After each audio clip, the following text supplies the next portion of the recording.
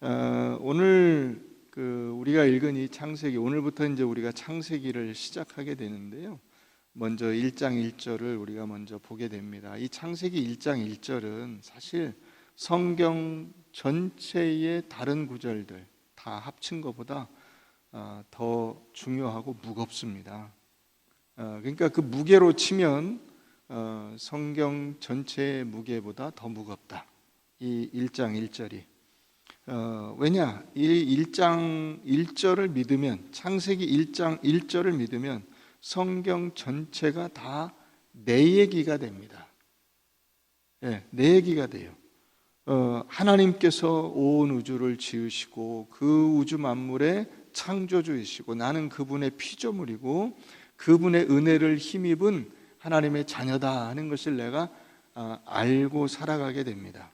그러나 이것을 만약에 믿지 못하면 여러분들은 신앙 고백조차도 할 수가 없어요. 사도신경 맨 앞에 뭐가 나옵니까? 전능하사 천지를 만드신 하나님 아버지를 내가 믿사오며 이렇게 나갑니다. 내 신앙의 고백의 첫 번째 구절에서부터 탁 부딪히게 됩니다. 여러분들이 그 창세기를 읽으면서 은혜가 안 되는 이유가 몇 가지 있을 수 있지만은 크게 두 가지를 볼 수가 있어요. 하나는 이게 여러분들이 학교에서 배웠던 진화론과 상충됩니다. 그렇죠? 진화설은 말 그대로 이론일 뿐이에요.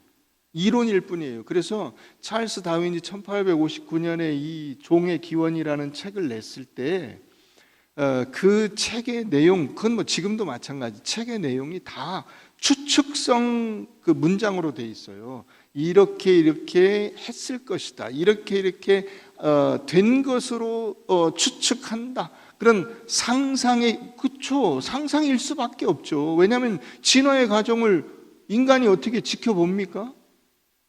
지켜볼 수가 없잖아요.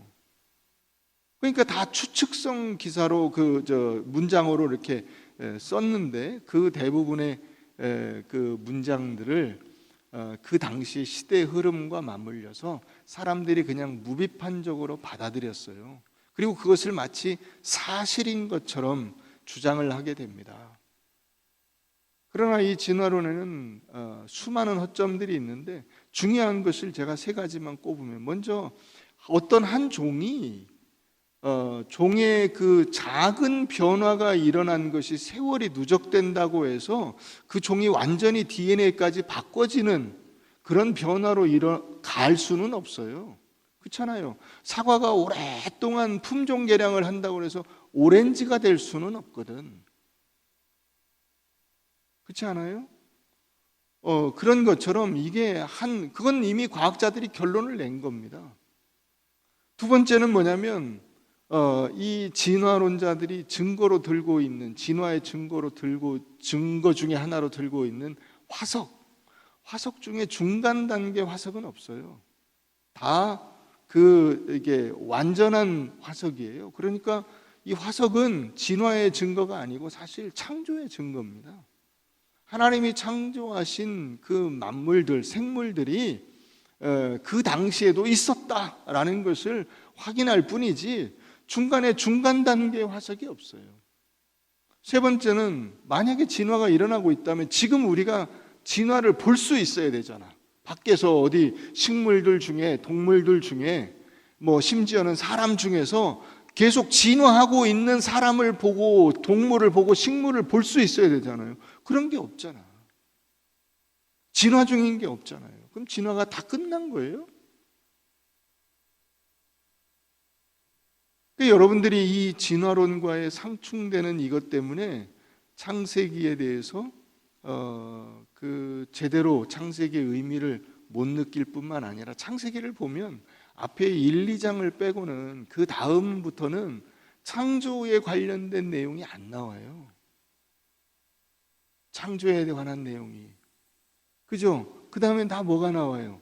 사람들이 산 이야기가 나와요.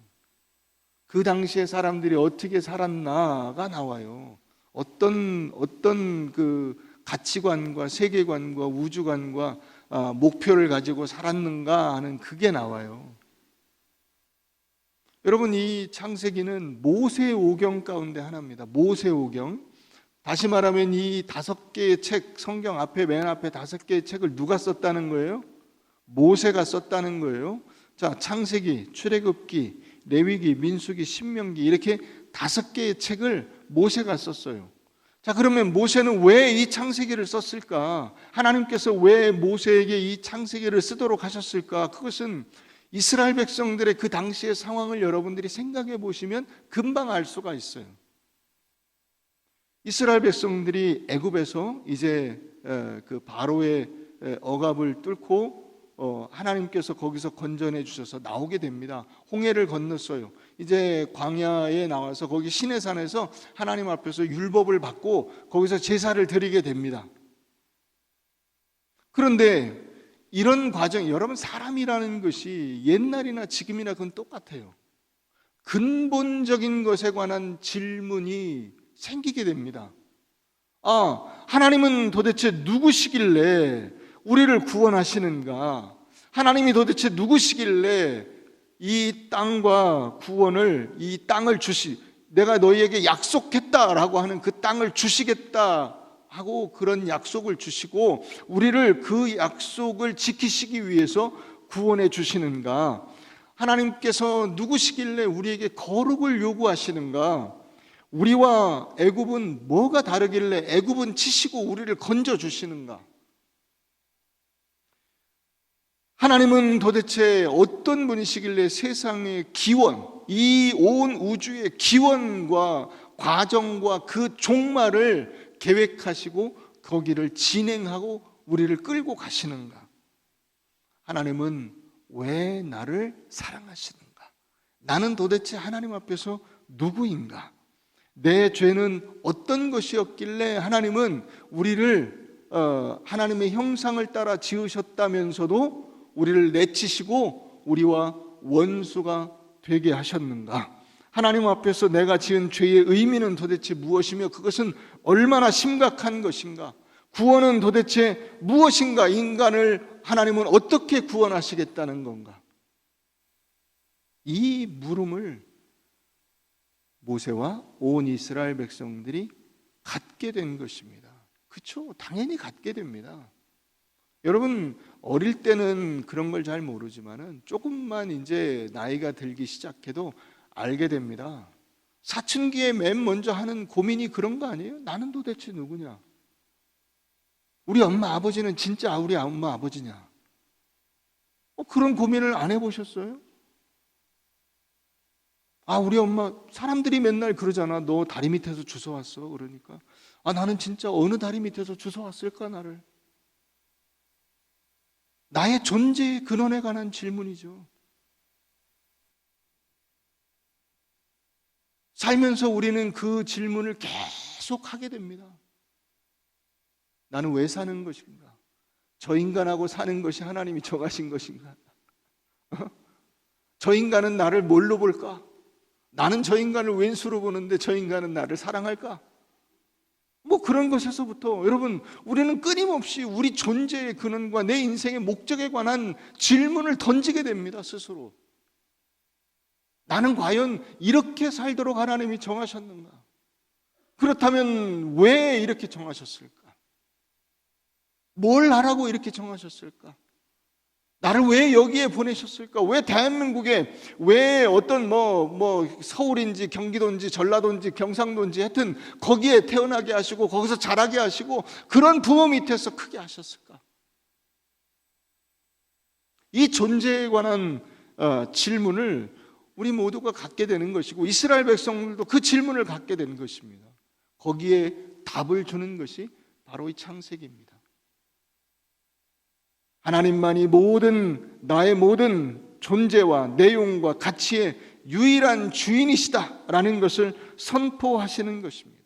만약에 우리가 이것을 제대로 깨닫지 못하면 하나님은 그저 내 수중을 드는 종이 될 뿐이고 신앙은 내 인생의 보조수단이 될 뿐입니다. 그러나 우리 인생에서 신앙이 내 인생의 보조수단이 되라고 신앙을 주신 것이 아니라는 것을 우리가 알아야 됩니다. 그게 창세기 1장 1절이 내게 가르쳐주는, 우리에게 가르쳐주는 내용입니다. 그래서 여기서 우리가 크게 네 가지를 정리하고 넘어가십시다. 먼저 첫째로 하나님이 세상을 창조하셨습니다. 믿으십니까? 하나님께서 나를 포함해서 온 우주를 만드셨습니다. 두 번째로 이 이스라엘 백성들이 애굽 안에서 구출을 받았는데, 구원을 받았는데 애굽의 체제와는 비교할 수 없는 하나님의 통치 질서, 하나님의 하나님 나라의 시스템, 그것을 허락하시고 구축하실 뿐만 아니라 그것을 유지하시고, 그 모든 지금 이런 질서와 법률과 법규, 율법이죠. 법률과 시스템을 만들어서 그 시스템과 질서 아래 살게 하시는 이것, 그리고 그것을 유지되게끔 하시는 하나님의 손길, 그것을 뭐라고 하냐? 섭리라고 하는 거예요. 섭리. 따라해보세요. 섭리. 그러니까 이 창조와 섭리는 세트예요. 같이 가는 거예요. 건물을 지어놓고 여러분 이 건물을 유지 관리를 안 하면 금방 못 쓰게 돼버립니다. 그렇죠?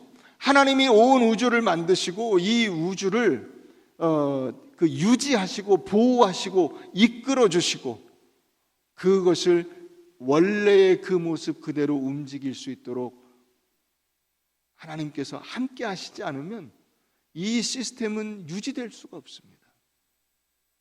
그게 창조와 섭리입니다. 창조 섭리. 그래서 인간이 그 창조 섭리 아래에서 살게 되는 거예요.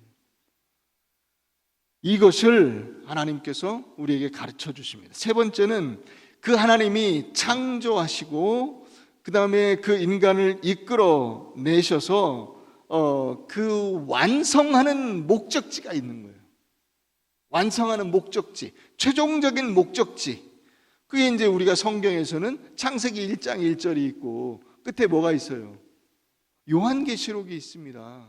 이 요한계시록, 모든 인간의 완성, 최종적으로 하나님 앞에서 우리가 하나님과 함께 기쁨과 감사와 은혜를 나누는 그 영광스러운 자리에 들어가게 되는 이 완성의 자리까지 하나님께서 우리를 이끌어 주신다는 것입니다. 그래서 창조 섭리는 결국 어디로 가느냐? 완성으로 가게 되는 겁니다. 그러면 이 하나님의 창조를 거부하는, 예를 들어서 진화론은 무엇을 의미하는 것이냐? 진화론은 내 마음대로 살겠다는 겁니다. 내 마음대로, 내 뜻대로, 내가 원하는 세상을 내가 만들겠습니다 하는 게 진화론이에요. 존재의 근원이 없어요. 어디서 와서 무엇을 하다가 어디로 가는지가 없어요. 진화론에는 뭐만 있습니까? 지금 현재의 나만 있습니다. 그러니까 나만 잘 먹고 잘 살면 끝이에요. 그렇게 살다가 죽는 거야 라는 것으로 끝이에요. 그러나 아닙니다. 기독교 신앙은 우리에게 우리 인간이 절대로 그런 존재가 될 수 없으며 그런 존재여서는 안 된다는 것을 우리에게 가르쳐주고 있는 것입니다. 자, 골로새서 1장을 한번 가보십시다. 골로새서 1장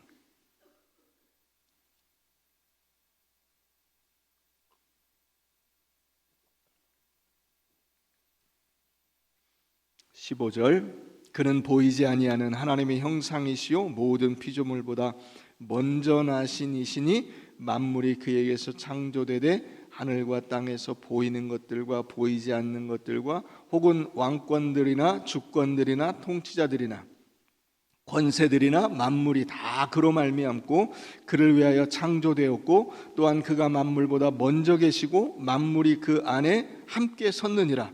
그는 몸인 교회의 머리시라. 그가 근본이시요 죽은 자들 가운데서 먼저 나신 이시니 이는 친히 만물의 으뜸이 되려 하시며 아버지께서는 모든 충만으로 예수 안에 거하게 하시고 그의 십자가의 피로 화평을 이루사 만물 곧 땅에 있는 것들이나 하늘에 있는 것들이 그로 말미암아 자기와 화목하게 되기를 기뻐하심이라. 하나님이 예수 그리스도와 함께 만물을 창조하시고 그 만물들이 예수 안에서 우리와 연합되게 하심으로써 최종적으로 무엇을 목적으로 하고 있는가? 자기와 화목하게 되는 그것을 기뻐하신다 그랬어요. 여러분, 이게 우리가 성도의 교제라고 하는 것의 뿌리가 여기 있습니다.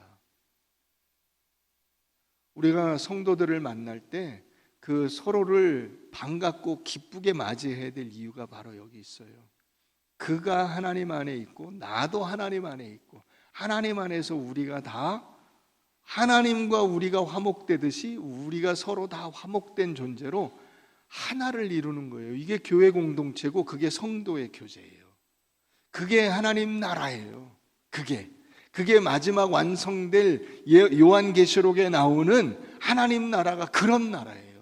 그러니까 여기서 일찍부터 우리가 성도의 교제를 나누는 것이 얼마나 큰 기쁨이요 즐거움인가 하는 것을 여러분들이 아셔야 돼요.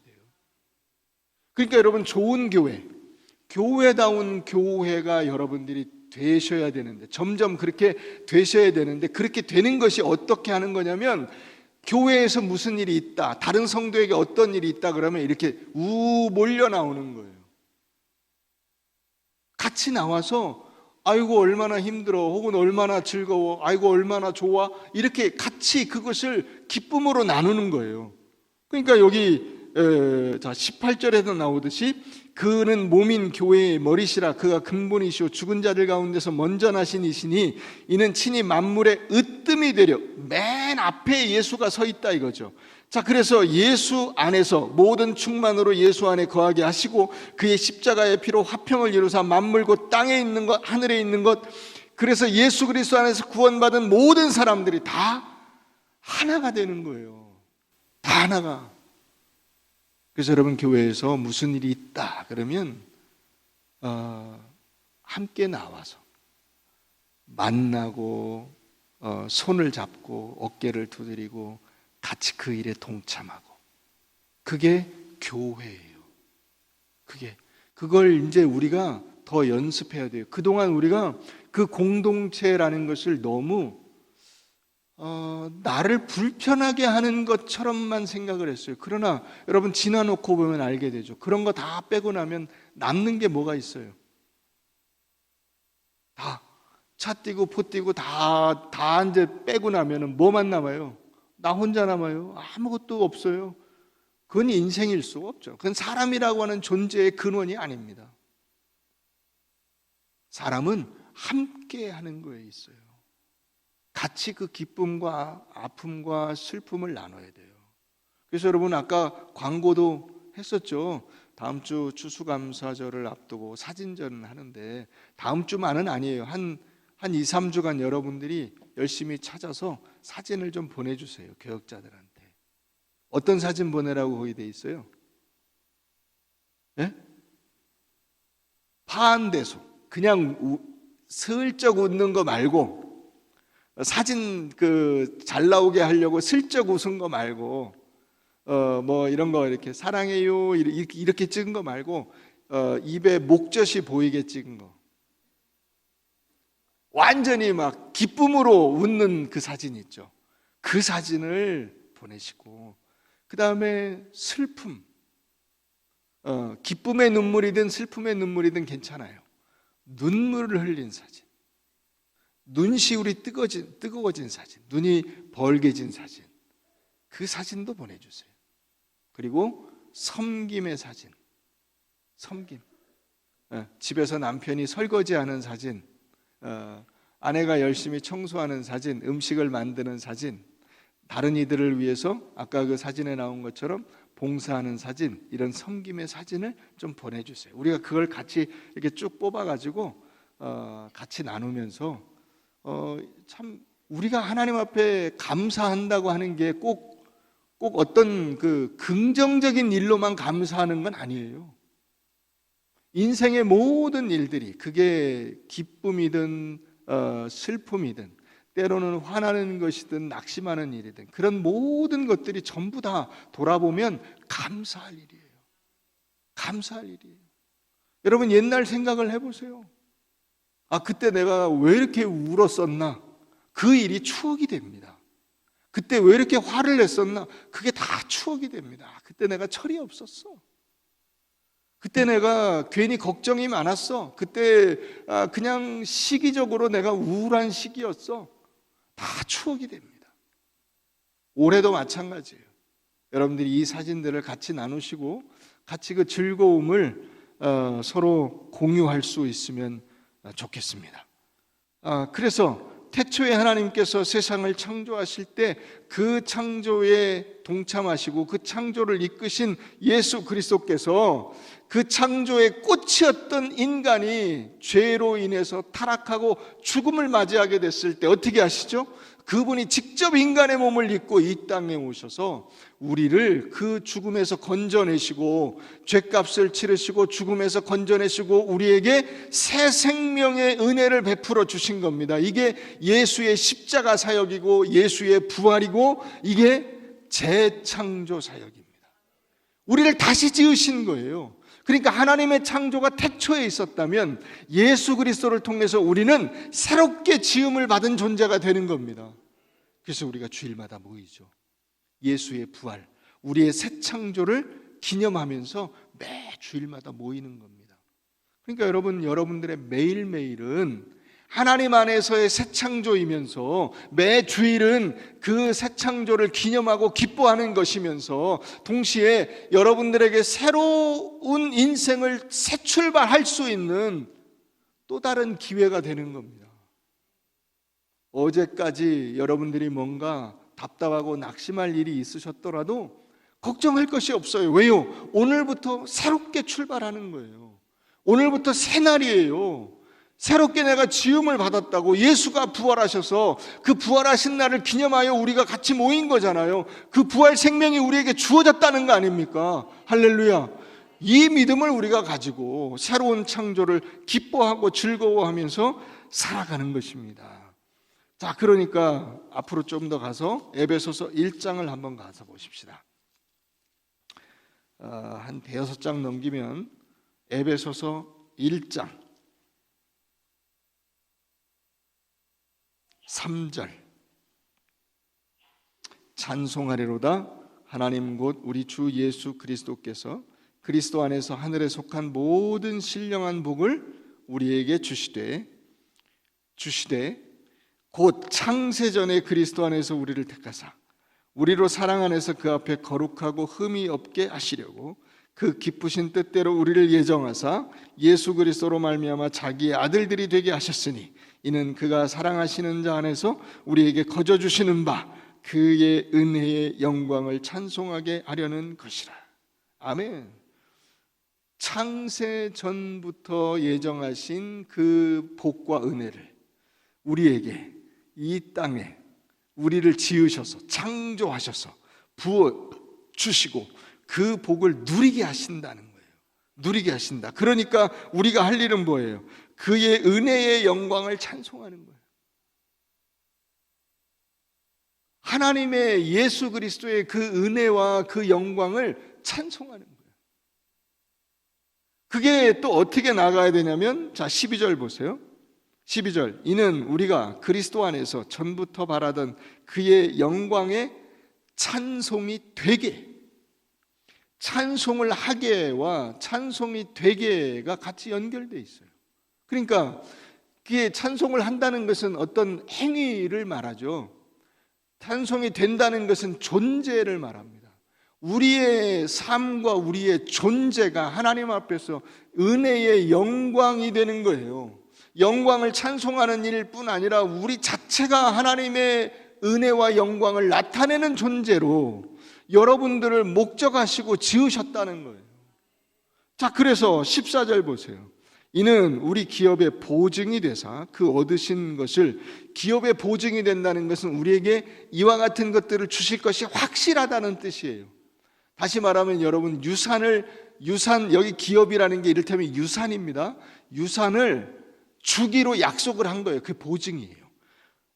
하나님께서 그 영광의 찬송이 되는 그 놀라운 은혜를 여러분들에게 베푸시는 그것을 여러분들에게 다시 확인하시면서 그의 영광을 찬송하게 하려 하심이라. 그러니까 우리가 할 일은 뭐예요? 다시 행위로 갔죠. 어떤 행위로?